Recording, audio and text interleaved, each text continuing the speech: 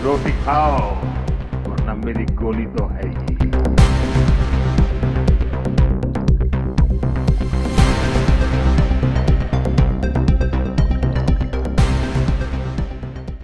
नमस्कार, स्वागत है नारद मुनि लाइव में और मैं हूं आपके साथ जुबैर कुरैशी।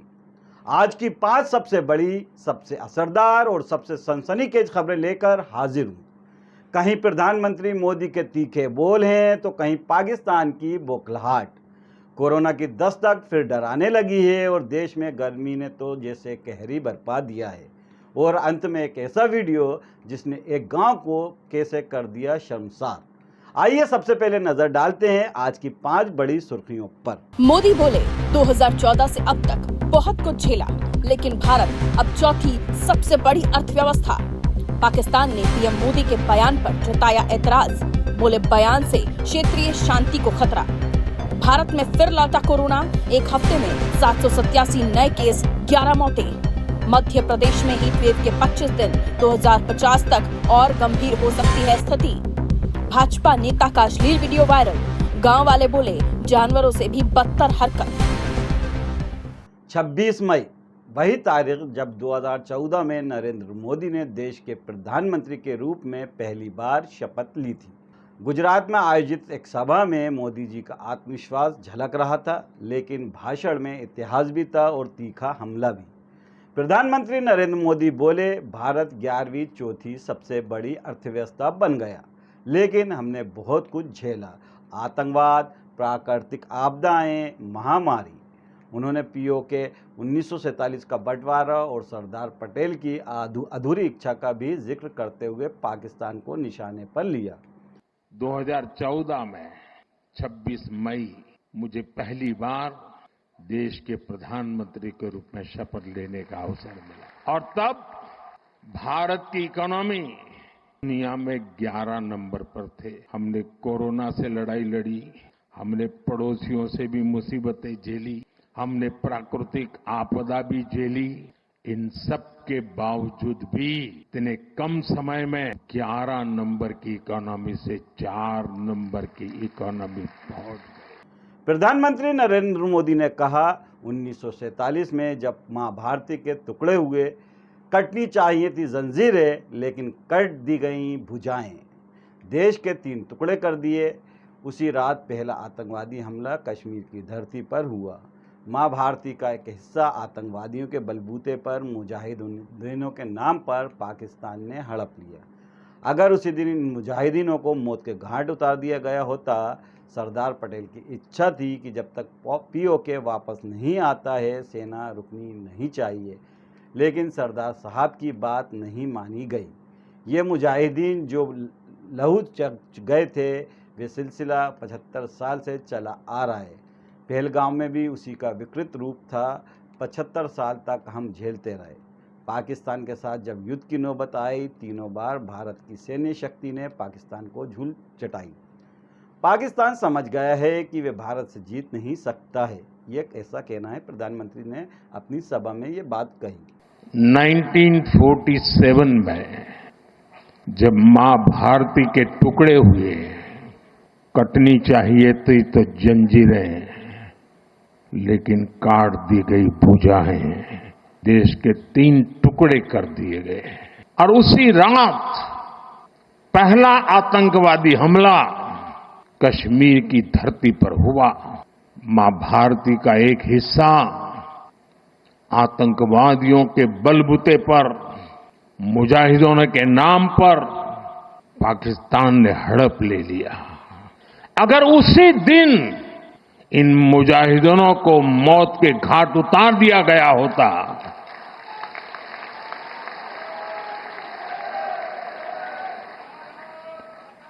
और सरदार पटेल की इच्छा थी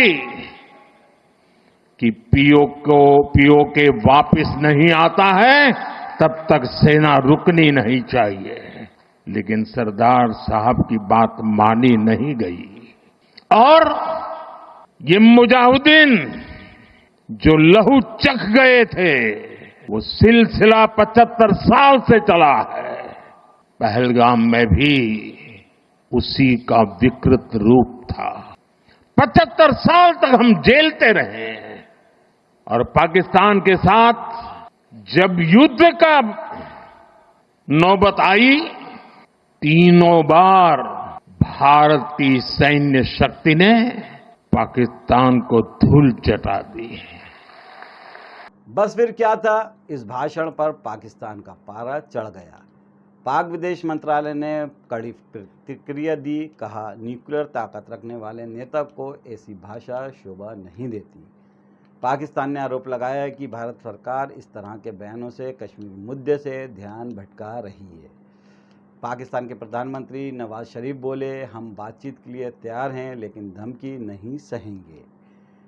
पाक विदेश मंत्रालय ने बयान जारी कर कहा कि पीएम मोदी ने जिस तरह से हिंसा की बात की है, वे एक न्यूक्लियर ताकत रखने वाले देश के नेता को शोभा नहीं देता।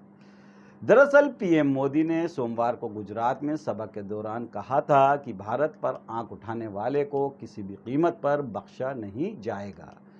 उन्होंने पाकिस्तान को चेतावनी दी कि सुख चैन से जियो, अपने हिस्से की रोटी खाओ, नहीं तो मेरी गोली तो है ही। इस पर पाकिस्तान ने कहा, मोदी का बयान सिर्फ नफरत फैलाने वाला नहीं है, बल्कि इससे क्षेत्रीय शांति को खतरा भी है। हम शांति चाहते हैं, लेकिन अगर हमें खतरा हुआ तो इसका जवाब देंगे। पाकिस्तान को आतंक की बीमारी से मुक्त करने के लिए पाकिस्तान के अवाम को आगे आना होगा, पाकिस्तान के नौजवानों को आगे आना होगा। चैन की जिंदगी जियो, रोटी खाओ, वरना मेरी गोली तो है ही। देश एक बार फिर कोरोना की चपेट में है। हाँ, डरने की बात नहीं, लेकिन सतर्क रहने की जरूरत जरूर है। 1047 एक्टिव केस और 7 दिन में 11 मौतें। केरल, महाराष्ट्र और दिल्ली में मामले तेजी से बढ़े हैं। सीएमआर के मुताबिक देश में 4 नए वेरिएंट सामने आए हैं। LF7, XFG, JN1 और NB1.8.1। JN.1 अब सबसे कॉमन है और ये वेरिएंट इम्यूनिटी को भी चकमा दे सकता है। WHO ने इन्हें चिंताजनक श्रेणी में नहीं रखा है, लेकिन ये इशारा ज़रूर है कि लापरवाही की कोई गुंजाइश नहीं। देश में कोरोना वायरस के मामलों पर नज़र डालें तो पता चलता है कि सबसे ज़्यादा 430 एक्टिव केस केरल में हैं।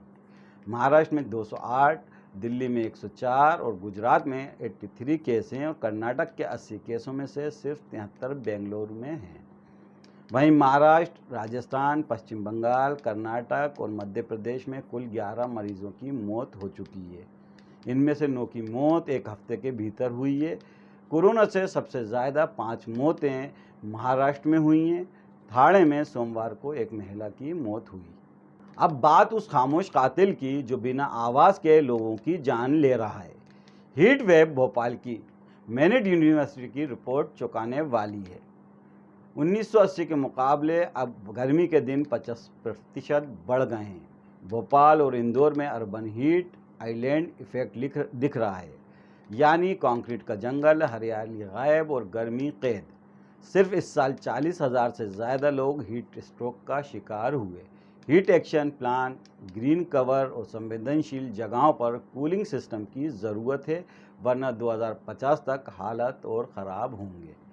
भोपाल के मौलाना आज़ाद राष्ट्रीय प्रौद्योगिकी संस्थान यानी कि मैनिट के विस्तृत रिसर्च ने प्रदेश की गर्मी की गंभीरता को लेकर चौंकाने वाले तथ्य उजागर किए हैं, जिसके अनुसार साल 1980 से 90 के बीच 120 ग्रीन हीट वेव लू चली, जो 4 दशक बाद साल 2013 से साल 2024 में 50% बढ़कर 180 दिन तक दर्ज की गई। वहीं इसी समय काल में नो डिस्कम्फर्ट यानी बिना असुविधा वाले दिन 83 से घटकर 48 रह गए। इसकी प्रमुख वजह है तेज़ी से होते शहरीकरण को बताया गया है। इस रिसर्च को प्रमुख प्रस्तुतकर्ता डॉक्टर विकास पुनिया और थीसिस तैयार करने वाले एमटेक के छात्र हिमांशु झारिया ने किया। उन्होंने मध्य प्रदेश के 7 शहरों भोपाल, इंदौर, जबलपुर, ग्वालियर, सागर, उज्जैन और सतना के साल 1980 से 2024 तक की गर्मी और हीट वेव से जुड़े आंकड़ों का अध्ययन किया, जिसके बाद ये तथ्य सामने आए हैं।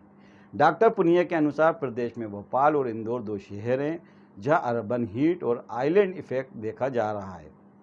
यानी जब शहरीकरण तेज़ी से बढ़ता है तो हरियाली कम होती है, इससे उस क्षेत्र में गर्मी का असर बढ़ता है। चारों ओर कंक्रीट होने पर हीट एक दायरे में कैद हो जाती है और हीट आइलैंड बन जाता है। डॉक्टर विकास पुनियन ने बताया कि शहरी इलाकों में जनसंख्या घनत्व, सीमेंट की संरचनाएं और हरियाली की कमी के कारण अर्बन हीट आइलैंड इफेक्ट बना है, जिससे गर्मी और भी ज़्यादा महसूस होती है। साल 2025 में 11 मार्च से 24 अप्रैल तक मध्य प्रदेश में हीट वेव 25 दिन दर्ज हुई थी। इतने ही दिन हीट वेव राजस्थान में देखी गई। ये देश में सबसे अधिक है। एक वीडियो जिसने न सिर्फ एक नेता को बेनकाब किया बल्कि पूरे गांव को भी शर्म से झुका दिया। भाजपा नेता मनोहर लाल धाकड़ का वीडियो हाईवे पर महिला के साथ अश्लील अवस्था में वायरल हो गया। गांव वालों ने कहा, ऐसा तो जानवर भी नहीं करते। बच्चे ने वीडियो देख लिया है, गांव का नाम मिट्टी में मिला दिया। हम तो किसी से बात करने में भी शर्माते हैं। महिलाएं और बच्चे तक ने वीडियो देख लिया है, लोग फ़ोन लगा रहे हैं। हमें तो ऐसा लग रहा है जैसे गांव में कोई मर गया हो। ऐसी हरकत तो सेक्स वर्कर भी नहीं करते।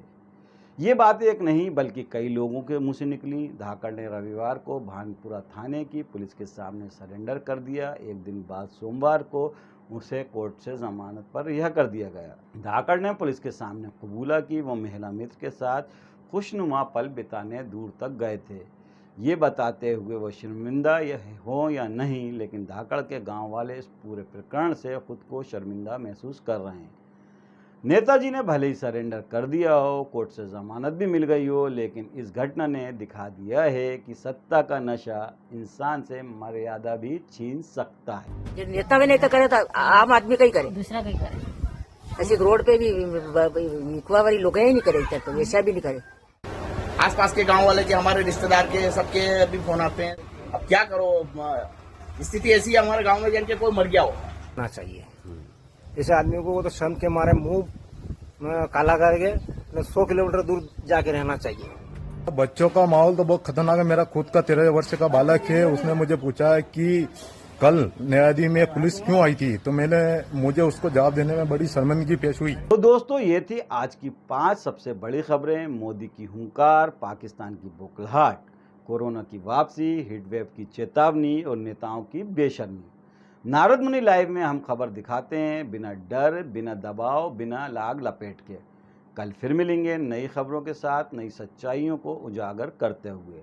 तब तक के लिए खबरदार रहें, होशियार रहें और सबसे ज़रूरी इंसान बने रहें। और आपको नारद मुनि लाइव की ये खबरें पसंद आएँ तो उसे लाइक करें, शेयर करें और हाँ, आपने अब तक चैनल को सब्सक्राइब नहीं किया तो चैनल को सब्सक्राइब भी कर लें और बेल आइकन का बटन भी दबाएं। आपका साथ ही हमारी ताकत है। नमस्कार, जय हिंद।